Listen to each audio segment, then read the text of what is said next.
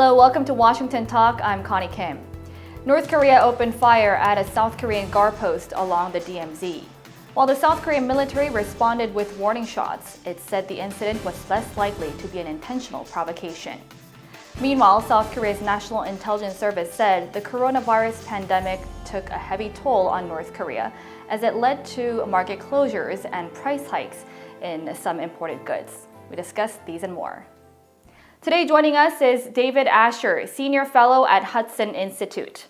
Mr. Asher was a senior advisor for East Asian and Pacific Affairs at the State Department in the George W. Bush administration. Mr. Asher was also the strategic architect of the Treasury Department's designation of the Banco Delta Asia as a primary money laundering concern in 2005. Scott Snyder also joins us today. He's a senior fellow for Korea Studies and director of the program on U.S.-Korea policy at the Council on Foreign Relations. His book, South Korea at the Crossroads, charts the evolution of Seoul's foreign policy and strategic choices. Thank you so much, Mr. Asher and Mr. Snyder, for joining us today. So let's start with the North Korean shooting on a South Korean guard post. So there are speculations of whether the shooting was an intentional act or not. South Korean military says that it was less likely to be an intentional act. How did you see this?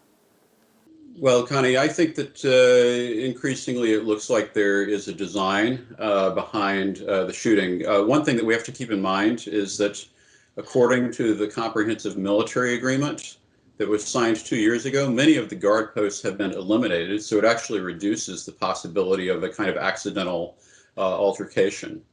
But more notable, I think, is that the North Koreans have criticized the South Koreans for violating the agreement, and they have publicized that domestically in the Nodong Shinmun, suggesting that the North Koreans may have their own domestic need to generate an external enemy or to focus, to have the population focus on an external threat at this time. Mm-hmm.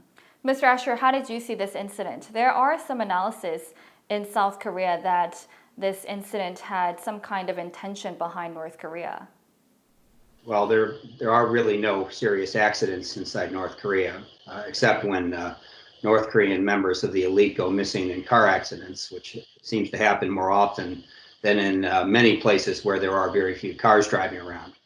So I would assume this is well calculated and planned by an increasingly insecure Pyongyang regime. Mm-hmm.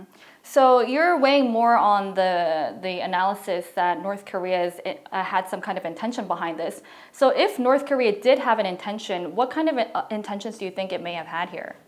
Distract attention, gain some sort of internal advantage among certain party forces.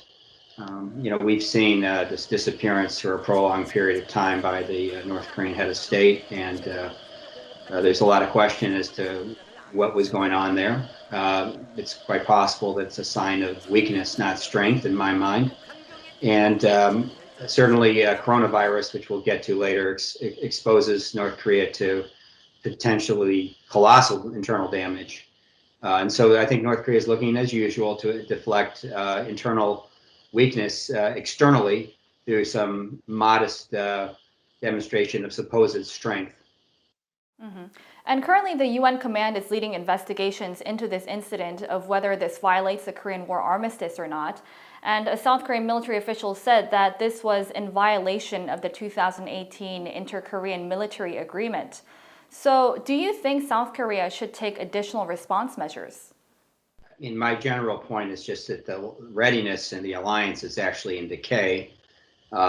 We have certain advantages now that we've moved to Camp Humphreys to be able to maintain a higher degree of vigilance among U.S. forces in Korea, but to the extent we can't drill overtly with our South Korean ally, I think it just maintains an unnecessary demonstration of sincerity toward a North Korean peace process that, beyond symbolism, doesn't really exist. So I want to take a look at the response between the U.S. and South Korea on this incident. So even before the UN command has started its investigation into this incident, Secretary Pompeo and the South Korean military have both weighed in on the possibility that this incident was accidental. So how did you take these two sides' assessment even before the investigation results were released? Well, it's a premature judgment. On the South Korean side, it's easy to understand why the Moon administration would want to deflect the possibility of an intentional provocation by North Korea. And it's hard to know exactly what Secretary Pompeo might have been thinking, other than that the U.S. At this moment, broadly speaking, is not looking to highlight tensions with North Korea. And this incident has garnered attention because it happened right after Chairman Kim Jong-un has appeared in the public eye again. So a lawmaker that was briefed by South Korea's National Intelligence Service said that one of the main reasons why Chairman Kim has been seen in the public less this year is because of the coronavirus pandemic. So do you really think that the coronavirus may have impacted Chairman Kim's public appearance this year? Well, it's a possibility that Chairman Kim is trying to be more careful in response to the coronavirus. But what's really striking to me is that increasingly the rest of the world is intolerant of Kim Jong-un's absence. And that's a little bit bizarre because it actually suggests that somehow the international community is reassured by evidence that a dictator is in control. And so I don't think that we should necessarily be focusing on the leader as much as the question of the level of stability within the system in North Korea. I totally agree. I mean, Kim going invisible, I guess, is seen as some sign that North Korea may be getting ready to strike militarily by certain people. Perhaps he was even deliberating some sort of action. I don't know that he would strike militarily against anyone right now. It'd be a colossal mistake. His regime would be wiped out very quickly. But I do think he's got to be concerned about his collapsing economy. The North Koreans voluntarily shut down trade with China, which is something like 90% of exports to North Korea. And their trade bilaterally with China apparently declined something on the order of 91%. So, they're already 90% dependent on trade with China. And then 91% of that 90% collapsed. I mean, North Korea is going to be running out of money very quickly in this scenario. And if I were Kim and I just built amusement parks and fancy hotels for ski resorts and other luxury entertainment facilities, I'd be very worried about how I'm going to get the Chinese into my country to pay for that at a time when I'm sure the coronavirus is ravaging North Korea. Mm-hmm. So, like you mentioned, the coronavirus definitely has sent shockwaves to North Korean economy with its borders shut down with China. And we've seen that the North Korean leader has sent a verbal message to the Chinese leader Xi Jinping, congratulating him on his successful control on the pandemic. So do you think that China has room to help North Korea here in the face of the pandemic? Yeah, I do believe that China can respond and try to help North Korea, but I think we have to focus on the core problem right at this moment. It actually continues to be North Korea's self-imposed quarantine measures, and that's the cause of the currency situation. We also don't necessarily know, David referred to the trade numbers earlier, but there's a big missing piece with regards to continuing ship-to-ship transfers and evasive measures by North Korea, where China has been an enabler. So there's a big missing piece in terms of China's economic support, invisible economic support to North Korea that I think is intended to try to keep the North Korean economy stable. So, Mr. Asher, when you had interviewed with us previously, you have been a strong advocate of pressuring China to do more on North Korea. So, with the amended North Korea sanctions regulations that will expand secondary sanctions on financial institutions that provide services to sanctions designated entities, what kind of an effect do you think this may have? Well, given the pattern up to now, very little. I mean, we've known about, as Scott's already pointed out, massive covert Chinese support. And when I say covert, I don't mean it's not traceable. I mean, you can see it in the Chinese official statistics. So they just don't put it directly as trade with North Korea, but you can see it with the provinces surrounding North Korea, that there's a big bump up in trade with companies, if you look in the commercial trade statistics of China, that are doing business with North Korean partners. So you obviously can tell that they're doing business with the North Korean regime and state at a significant level. The Chinese are starting declaring this, but even their fake statistics aren't that hard to unravel and figure out that China is providing significant under-the-table support. So you seem very skeptical on China's role in pressuring North Korea to denuclearize. So are you skeptical that we will less likely be able to see the same kind of measure that we've seen back in 2005 when you played a critical role in designating Banco Delta Asia as a primary money laundering concern?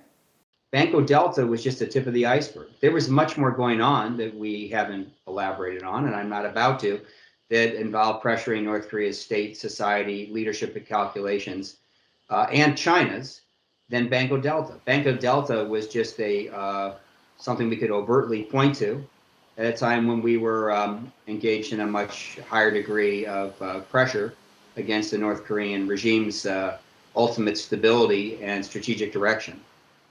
I want to shift our focus a little bit to the CSIS report that reported of a ballistic missile support facility. So there are a lot of speculations about what the main function of this site will be. How did you see this?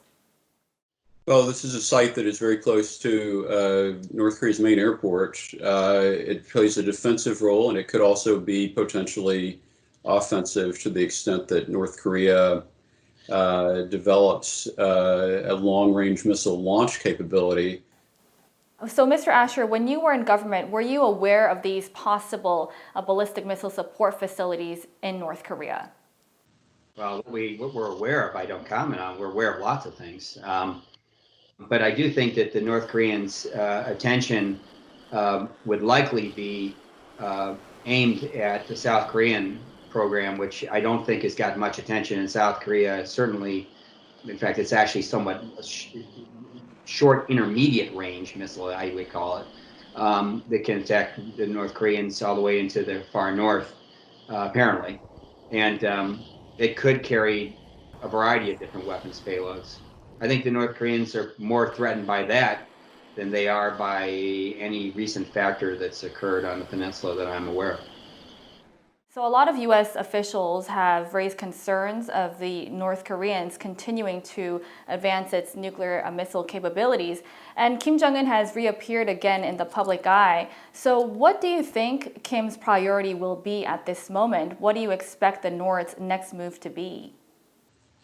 I think North Korea is going to continue to try to develop its military capabilities, but it's going to be constrained increasingly by the economic challenges that it faces as a result of the inability to secure its own supply chain from China.